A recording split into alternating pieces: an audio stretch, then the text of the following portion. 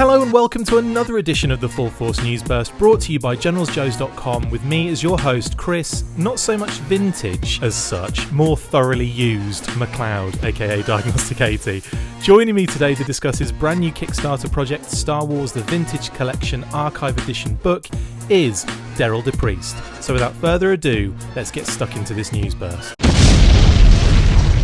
On this very special burst today, we have an interview with an ex-Hasbro legend, good friend of the show, and now soon-to-be author of a very special book indeed.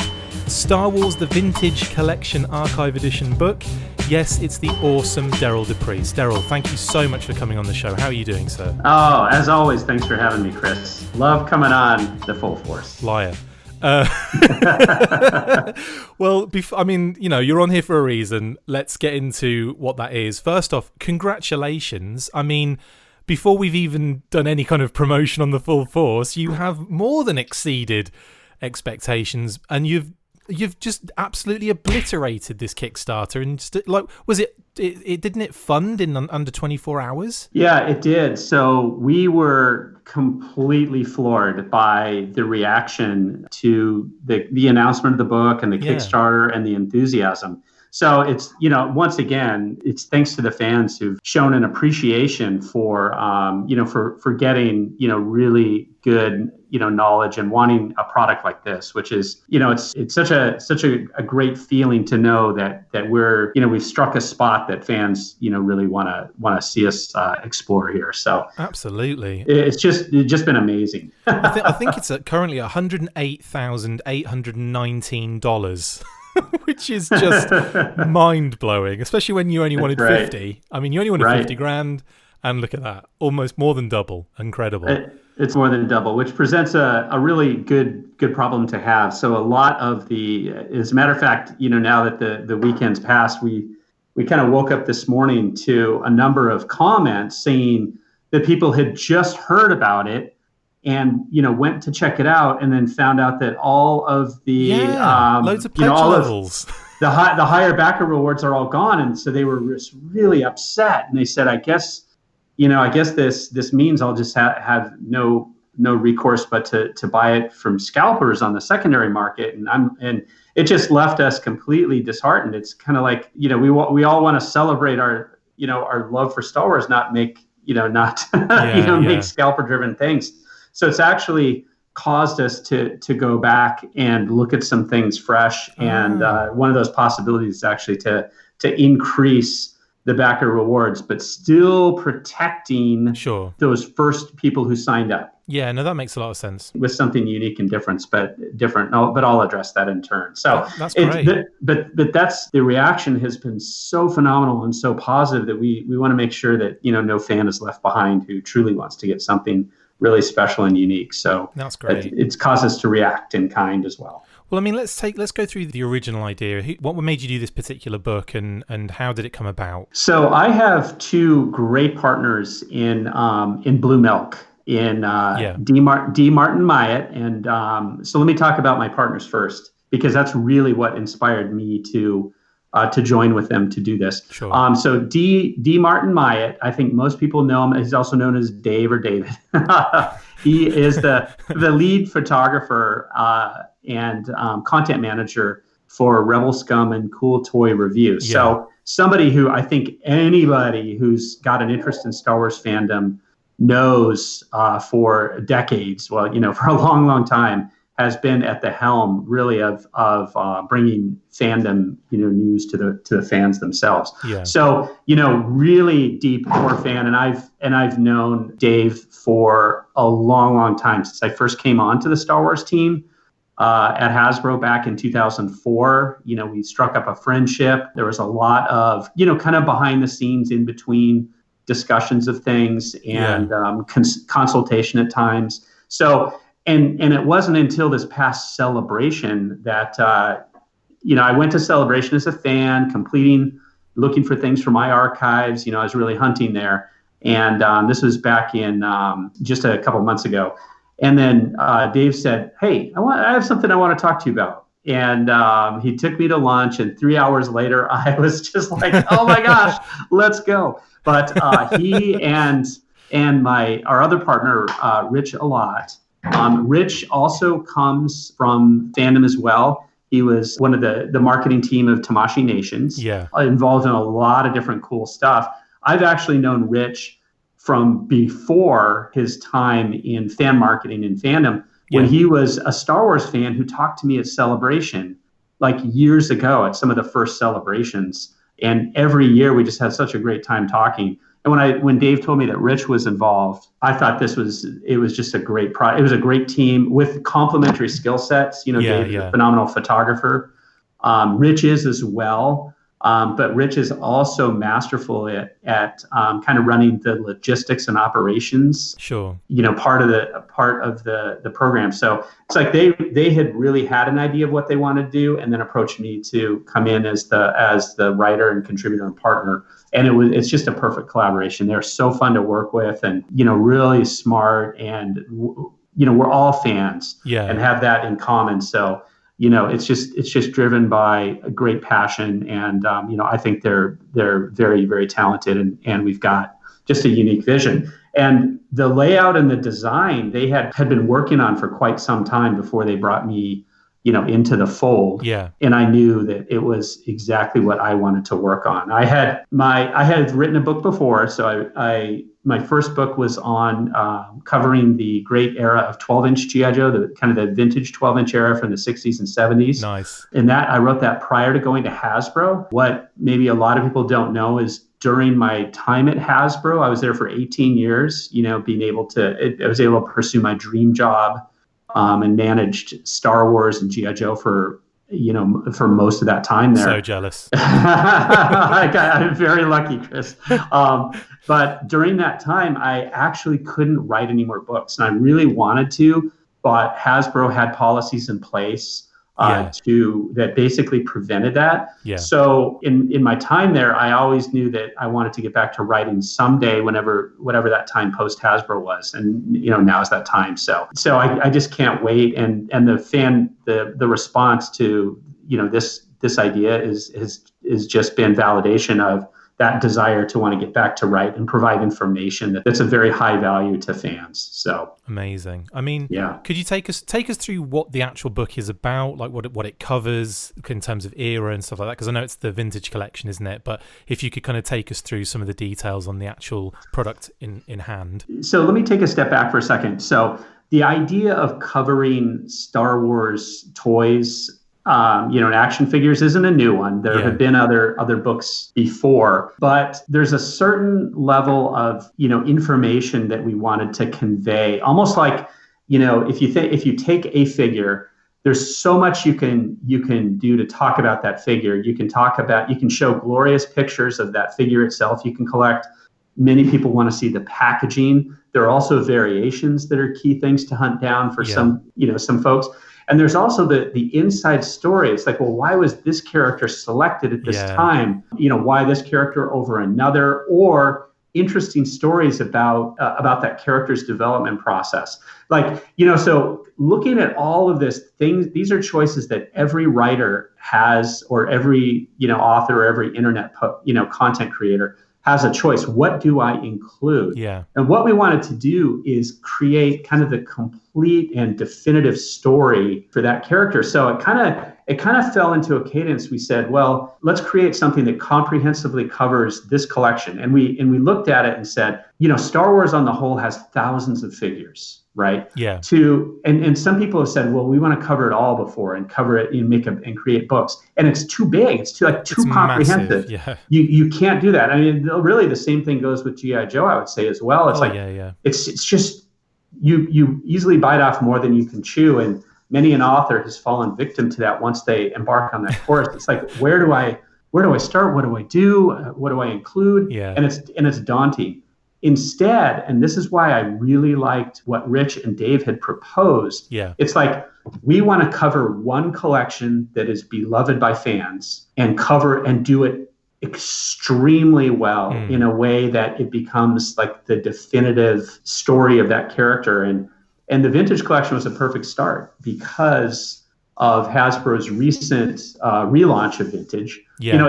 It's no surprise. Vintage is something that I launched in my time there at Hasbro. Yeah. So, I know the fan response is incredible, but also the philosophy that we used when we launched Vintage was to produce the definitive versions of those characters and produce them in a way that had a nostalgic tie back to the original roots of the brand. And that black, that iconic black and silver line look, it's just like there's nothing really more iconic in toy than that. Arguably, possibly the G.I. Joe card design as well. With the explosion, Yeah, with the explosion. But it's something so pure, and it made perfect sense. We said if we're going to tackle a collection in a kind of a bite-sized way and do it really well, let's start with Vintage. Yeah. Then the recent launch of the HasLab sail barge really kind of catalyzed that, and because we had some ideas on how to cover that have now been we've hit the pledge goals on that, the stretch goals. So it's amazing. I'll talk about that. So like for the sail barge, we said, what if we could actually do a like an unfolding gatefold, because that thing is so big. So rather than contain it on a page, let's do like 3 pages. It would cost a little more, but the stretch goal was hit. So it's, we're doing that. And on the flip side of that one, it's going to be the Millennium Falcon.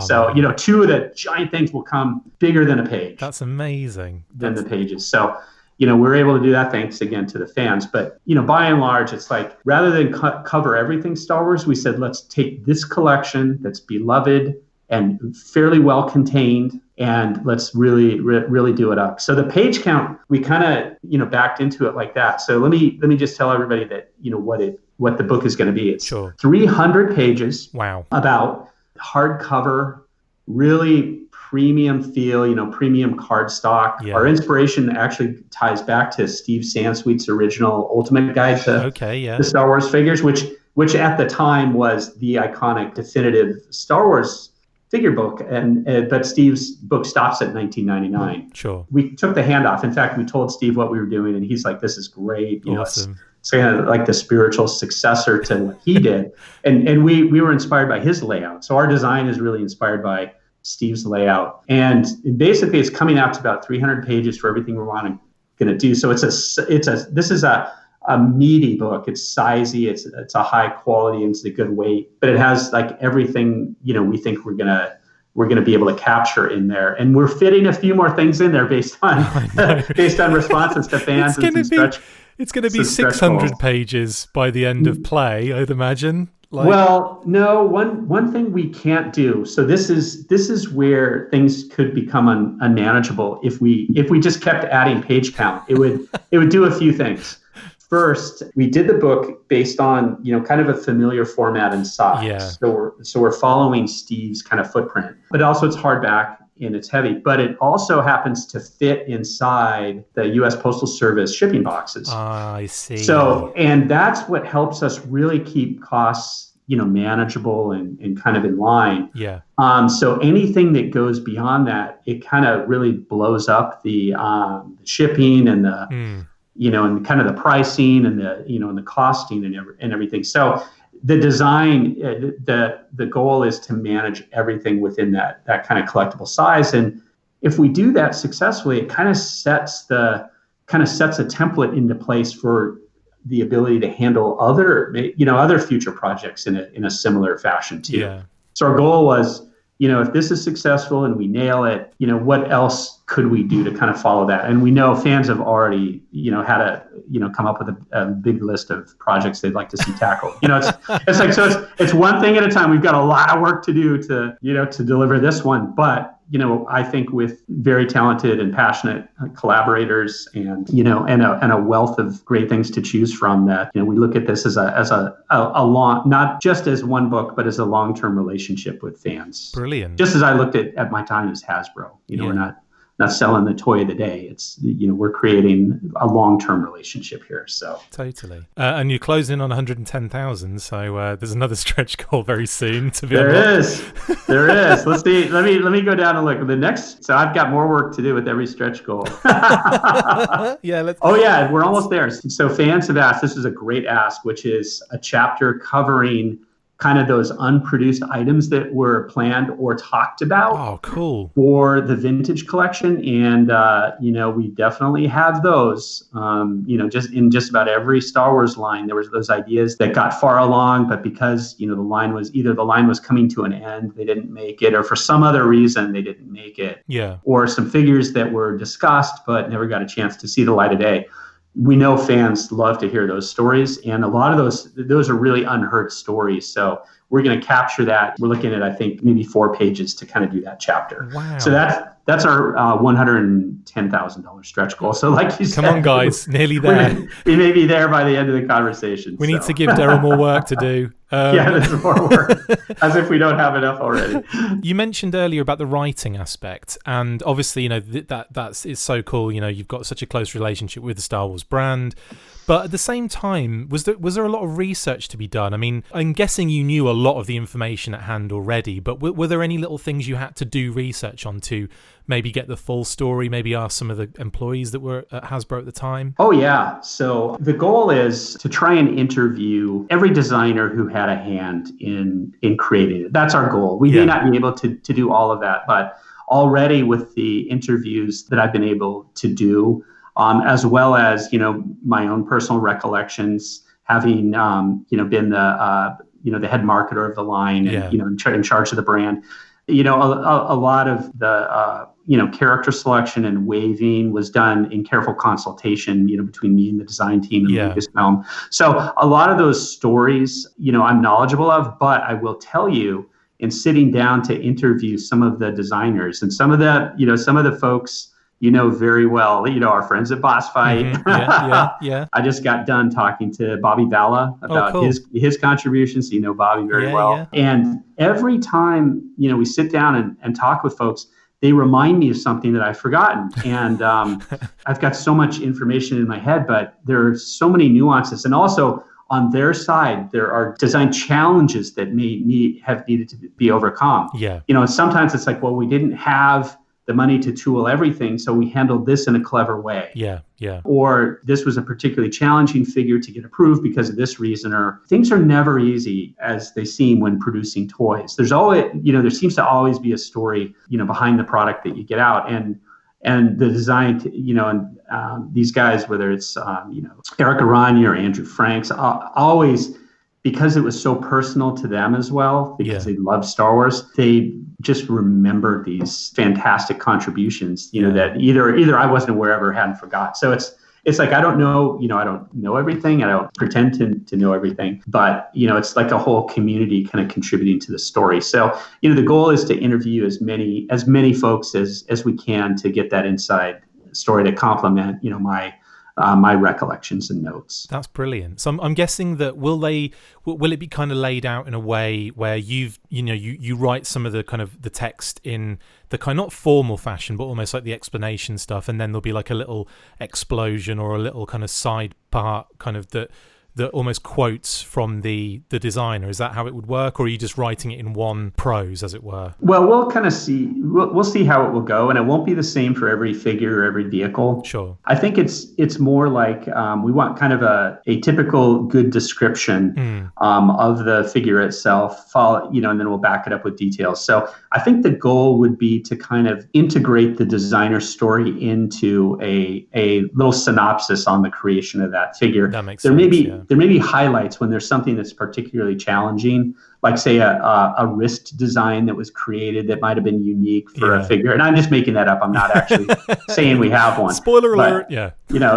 Something like for example, like a designer had an idea that to really hold a blaster or a lightsaber a certain way, needed to be done. Then that's certainly worthy of a highlight. So we're going to be looking for those examples where we can really call that out as making that figure special, special and unique. And, for instance, there's one set. I just got done talking with Bobby about it. It was actually a retail exclusive that was done for Kmart. It was the Death Star scanning crew. Yes, that iconic kind of like scanning crew machine that they come in and then they go into the Millennium Falcon, and then our our heroes, spoiler alert, knock those guys out and take their costumes, right? Yeah, yeah. One of those figures that was created for that Scanning Crew set is actually the Stormtrooper, TK-421. Yeah, oh, right, okay. And that was the first time that figure had been done, and it was in, this cool exclusive set. But what makes that figure unique is like what's on his back and his belt and stuff like that. So these are unique details that are going into, but are an important part for authenticity. But so cool. That were created just for this. So we want to like capture that, the kind of that inside story. So. Oh, that's brilliant! I can't wait to read it. I think it's going to be superb. But and like again, like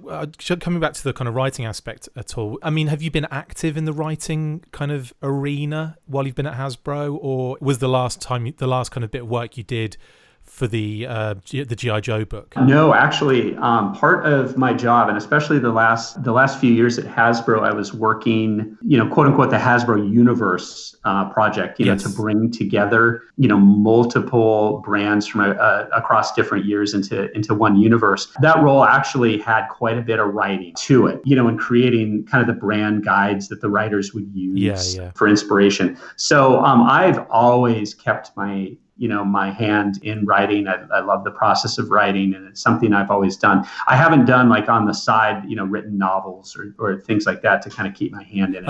Under a different name. Right. No, you won't find that out there. But I've always kept my hand in the game because work really, really kept me doing that. And so much of what I do is in marketing is, it's the essence of communication. So, I feel like I've never stopped writing. I wasn't writing with a book in mind. And goal, yes. That's awesome. I also saw that legendary toy photographer Kim Simmons is creating content for the book as well. I mean, how great has it been having him on board for the project? So, phenomenal. I mean, really beyond belief. It was amazing that he was available, as a resource, and he's been nothing but incredibly enthusiastic. Awesome. And again, like there's another stretch goal involving Kim, isn't there? So indeed. So, and I will tell you, this is a stretch goal. So it's a stretch goal at 150,000. Yeah. In addition to designing the very first Star Wars poster, that iconic one on the yellow backdrop. Yeah. Kim also designed the follow-up poster, which is kind of Return of the Jedi era on a diorama. Yes. And so we decided to add another, because the enthusiasm for the first poster, the yellow poster, was so strong, we decided to add another stretch goal for that second poster, and that'll be our $150,000 stretch goal. Amazing. So, and we decided, this is after much debate, that Return of the Jedi poster was actually, and I have one of these. I bought it off eBay not long, a number of years ago, because I wanted to actually try and. Okay, here's an untold story. Brilliant. I actually wanted us near the end of the vintage line to do that same poster with all the modern vintage figures at Hasbro. So I bought a really nice one off eBay, and I attached it to my wall and in my office, and I used that as inspiration for a long time. But we never pulled the trigger on that. But now there it is. So it's an idea that's come back in. And that original was actually mailed folded to kids. Yes. And so we're going to do the same thing in a mailer envelope. So, and Ken is so enthusiastic that, he'll be, creating that diorama and, recreating all the essential elements. He's like a kid, with us in this, doing everything. And it's wonderful to have him be, such an enthusiastic, member of the team on this one. Amazing. So, I mean, we've discussed pledge levels, we've discussed stretch goals. I mean, we don't have to go into every single detail, because obviously, people can actually check the actual project online, which we'll put links in and everything and stuff. But what's remaining? What's left at the moment, stretch goal wise? So, we talked about the 110,000 stretch goal, which will be met very, very soon. Let's hope so. I think while we're speaking, it's actually being unlocked. So, the next stretch goal after that will be at $125,000. Yeah. We are. Oh, I didn't actually talk about this, but what we're doing is to provide the page breaks between the different chapters. Whether it's the introduction or the figures or the vehicles, or a chapter that talks about all the cardback variations for each figure. Our $125,000 stretch goal involves reprint of the chapter breaks, photos that we are getting contributed by a number of very prominent toy photographers. Fantastic. So, Chris, you know more than anybody how today's modern figures have inspired a generation of, hobbyist photographers to really push the arts of storytelling, visual storytelling using figures as the subject. So we're getting, some of those guys are contributing those chapter breaks, which are beautiful photos. Awesome. And we're going to reprint those at $125,000. We're going to take those out. We'll have them, to be unadorned, nice. We're going to make a folio of those on premium paper. Kind of similar to some of the things we did at HasCon, the folios we had there and things like that. So that'll be a really cool thing. And it's nice. I think it's nice for the photographers too to see their contributions treated in an even more premium way. That's like fantastic. That. So you can have them out of it. That's a great idea. Yeah, and we couldn't be more proud of working with the community to be involved in this. I have to tell you, between the pledges, between the contributions from folks and Kim Simmons, it feels a community is really producing this book. Right? It's not just us. It's like there's so many people. Talented people involved in it. It looks like the entire community's pledging for it. Exactly. And then because the response has been so much greater than anything that we had ever imagined, we've gone back and created even higher stretch goals. Yeah. So that, we talked about the poster one at 100, the second poster one at 150, and the $175,000 stretch goal that we added there. We don't have the details. We're still nailing that down, but that will be a special one as well, something new and unique. And then at $200,000, this may be kind of the easiest, and you might say no-brainer stretch goal, but we had really, we had always had at the back of our mind future digital versions of the book, being made available somehow. And we said, what the heck, if the demand is there, if we hit this stretch goal, let's set our 200,000 stretch goal to be everybody who backs the project gets a digital copy of the book as well. That's awesome. So everybody who backs the hard copy book will get a digital version of the book. So that's kind of like, collect. You can read it anywhere. You can take it with you anywhere. You can take it to Celebration and go through it. If you want to use it as like resource becomes a really good resource, doesn't it? Exactly, resource for collecting. So we think that's a great reward, and it's basically something that we thought about down the road, or but here we're just going to let it out. So if that stretch goal is made, we'll go with that. So fantastic. And then I don't want to think about beyond that right now, but I will say if the demand continues to be there. So let's talk about that for a second. So one thing that I addressed earlier, how that fans have shown an appreciation, but have been, kind of disappointed to find that some of our backer rewards were sold out very quickly almost within the first day. Yeah. And those backer rewards are that yellow poster, as well as, this is a really, really cool backer reward.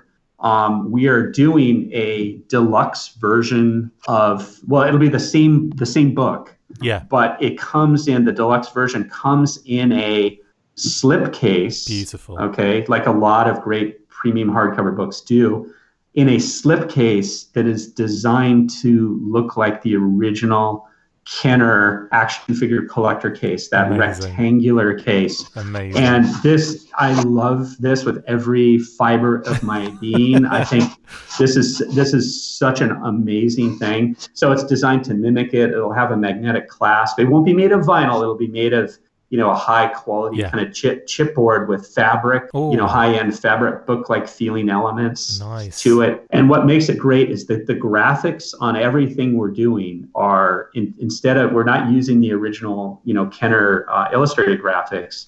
we're recreating that with photography. So it's everything in there is a photograph from either the vintage line or it's another toy. That's great. It's absolutely amazing. So it's totally unique art that is created by the toys themselves. But these it's so cool. So anyway, these are sold out, so people can't get them except for the early backers. But now what we're doing is, and I can tell you right now, Chris, because I believe we're ready to go online with the news now. We are going to open up a second edition of each of these pledge goals. So we're going to open it up to a new edition. We're going to add more of these so people will be able to order, backer rewards with the vinyl case and the poster or another ultimate bundle. But we're going to make the first people who ordered, our first 250 backers, their edition will be special. So they'll be able to get their poster signed by Kim. Wow. If they choose. So Kim Simmons will sign that. And if they order the vinyl slipcase, we'll be creating a unique metal insert that has a limited number edition for their slipcase. And that will differentiate it from the subsequent, kind of more open edition. So we're going to make them unique.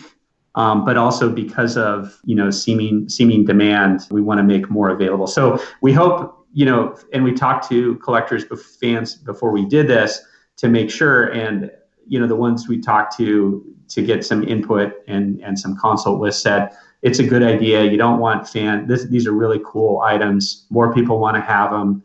They're supportive. And then when we talked about, what we do to make them unique, the response was very enthusiastic. So our first backers will get something truly unique, and then subsequent people will still be able to enjoy the rewards. I think that's the right way to go, definitely. And I don't think people are going to be upset that, a second edition's coming out because, like you say, they're getting something special and something unique. So that's really cool. How excited are you to get moving on it now once the Kickstarter comes to an end? Well, we've been getting going now. So, things are moving fast. So I'm conducting interviews, meeting with the designers, capturing the notes, and basically getting the database in order to then put everything into shape so everything can fall into a nice structure. And certainly help out, Dave and Rich as their components come in, or as the layout starts to take shape. So, I'm getting going now. I know how long it takes to really do a book, and this is not a book where the first pass is going to be the one that goes to print. It's going to be a lot of successful passes to kind of just refine and massage it and really get it right. Make it something that we're proud of delivering up, to a very supportive fan base. And do you know what the plan, or what is your planned time frame for getting the book to backers? Is it kind of we'll just have to wait and see, or do you guys have a good plan in mind? Yeah, we've got a good plan. The goal all along has been to get the book in people's hands in time for the holidays, and which is perfect because the episode 9 is going to be coming out in December. Is it? Is it? Do people know that? I don't think it's been promoted at all. So yeah, I don't think so. I've forgotten about it since Celebration. Yeah, true. So the rise of Skywalker, Rise of Cobra, the Rise of Cobra, right? It's coming out, and our goal was to really have this be another part of what we think will be a great time for Star Wars fandom. So our goal was to always have it out before December. So all of our timetables have been built in that. And, the Kickstarter was really set up to deliver on those timeframes. So I know things never go quite as expected, but we feel good right now. We'll be able to do that. But there's a lot of, hard work between now and then to make it happen. There's a lot of great photography. Luckily we've got, some of the best, folks involved, and a lot of writing to go, and still a lot of interviews to capture to make sure that that's the other thing I want to say too. In my time in marketing, managing Star Wars, I worked with the most amazing people in the world on the design team who poured every ounce of their passion and spirit into, making Star Wars, whether it's a figure, vehicle, playset, exclusive mainline, whatever it is, just as awesome as it could be. And I think the product of the time, it speaks for that. It speaks for all those people who were involved. This book, to me, is equally a tribute to those people who created, these items that we all love. So the vision is for every item to have proper attribution for, who made it, and whenever, we can fill in those gaps we want to, like who is the principal designer, the sculptor, the packaging was so important. Yeah. Luckily, Dave Reeves, designed. Yeah, I know Dave. Yeah. Yeah, Dave designed most of those. So Dave is on board and has been, helping out, and he's got great stories to tell that people will hear in the book. So I want proper attribution for these amazing folks who worked on the book, because I think most everybody knows Mark Boudreau's contributions to the line. They're well known and they're legendary for kind of the big items he's done. But it's equally as important for people to understand kind of who designed the figures as well, because that's such an important part of the story, and that's probably one of the least understood. So my goal is to make sure that those design heroes are represented as well. That's brilliant. And just to kind of like finish us off, as it were, there's probably a better turn of phrase I could have used there, but just to kind of finish the interview, what was like your favorite thing, your most favorite kind of item from that line that you've covered so far in the book? One of my personal favorites is just the Millennium Falcon. Oh, it's gorgeous, isn't it? It's amazing, and actually the vintage collection one is a re-release of the original release we have, but it owes its sheer existence to creating that item to begin with, and working with Mark on that was one of the highest, what do you call it, peak experiences you could ever have. Yeah. Not only honors. I had to pinch myself every day, but it's also because the story of the creation of that, we had to justify to management, why we needed to create a new Millennium Falcon, and as giant as it was, it was just outrageously. Well, it was so expensive to tool. Oh. Basically, I'll say it was a little bit of a white lie, but there was truth to it. But literally the original Millennium Falcon tool, which we were running over, we were using it every other year or so in exclusives. It developed a crack in the tool. Oh God! Which made it unsuitable for running right then, but it could have been patched up and could have been fixed. Instead, we took that and said, the tool is broken. We can't use it anymore. Now is the time to give fans what we think they'll really appreciate, which is a more accurately sized Millennium Falcon. So, the tool is broken. And I remember the management meetings when we said that the tool is broken. The conversation went sideways, where people were saying, can you cut up the tool and provide that as a souvenir? And it's like the response to the idea was so positive and outrageous that a lot of these other cool marketing that just spun off that we were never able to do. But, but that it owes its existence to a great story, which is we literally broke the original, and now it's time to make a new one, and that gave Mark the impetus to create a toy that I think will never be rivaled in terms of the quality. I hope one of you said when the tool was broken, "What a piece of junk." Oh, I'm sure that was said, Chris. I'm sure. Oh, it's taken so long to get a Star Wars pun into. What a hunk of junk. She's got it where it counts. Exactly. She doesn't look like much, and so on and so forth. Dude, thank you so much. That brings us to the end of the interview. It's been an absolute pleasure. Thanks for coming on again. Oh, my pleasure, Chris, as always. And if you haven't pledged already, then make sure you get in as soon as possible, because pledge levels are running out. But don't forget, as Derryl said, some more are being reintroduced, and of course second editions on some of those amazing bundle pledges as well, so got to check those out. Do or do not, there is no try. Check out the links to the Kickstarter on all of the platforms this video or audio appears in your feed, and get involved for the good of the galaxy. Derryl, it's been an absolute pleasure. Thank you so much for chatting with me. Thanks, Chris. Who was that? Was that Palpatine? I don't know. We'll see. Amazing. That's it for this installment of the Full Force News Burst. Thank you to my awesome guest, Derryl DePriest. See you next time, and as always, use the Force. Well, use the full force. Make sure you get involved with the discussion by liking, sharing and commenting on these videos, and as always you can keep up with the show after listening by following on Twitter @TheFullForce, liking the Facebook page facebook.com/TheFullForce, and if you would like to contact the show you can message us on either of those platforms with feedback or questions. We have also started a Patreon page, so if you want to see your name up in lights on these videos or enjoy exclusive bonus content, then check out patreon.com/TheFullForce podcast or click the link on any of the posts this podcast appears in. Full Force.